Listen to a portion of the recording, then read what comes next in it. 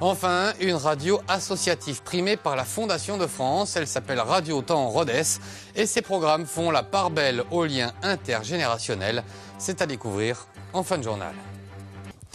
Une radio primée par la Fondation de France pour son travail intergénérationnel. Cette antenne s'appelle Radio Temps Rodez. Elle compte 3 salariés et une trentaine de bénévoles. Coup de projecteur sur son travail avec Rosanna Vanissian et Véronique Galli.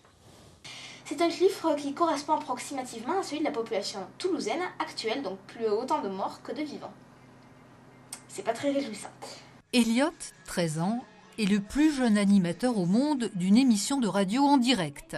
Chaque mercredi après-midi depuis 4 ans, il intervient pendant 1 heure sur RTR, Radio Temps Rodez. J'anime l'émission 100% Jeunes.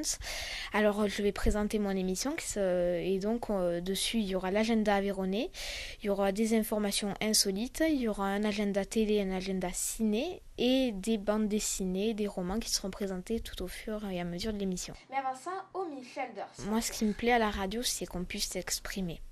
C'est un de mes principaux objectifs. Je ne suis pas douée en sport, donc je me rattrape sur la radio. Créée en 2006 sous forme associative dans l'enceinte du lycée Louis Querbe, Radio Temps Rodez est diffusée depuis 5 ans sur la bande FM. Elle compte 3 à 4 000 auditeurs quotidiens et vient de remporter les lauriers départementaux de la Fondation de France. Radio Temps Rodez, c'est une radio associative non commerciale, généraliste et de proximité, dont le fer de lance est l'intergénérationnel, c'est-à-dire de faire se rencontrer des jeunes et des moins jeunes, des seniors de maisons de retraite, mais aussi des lycéens, et puis des jeunes qui produisent eux-mêmes leur émission, par exemple.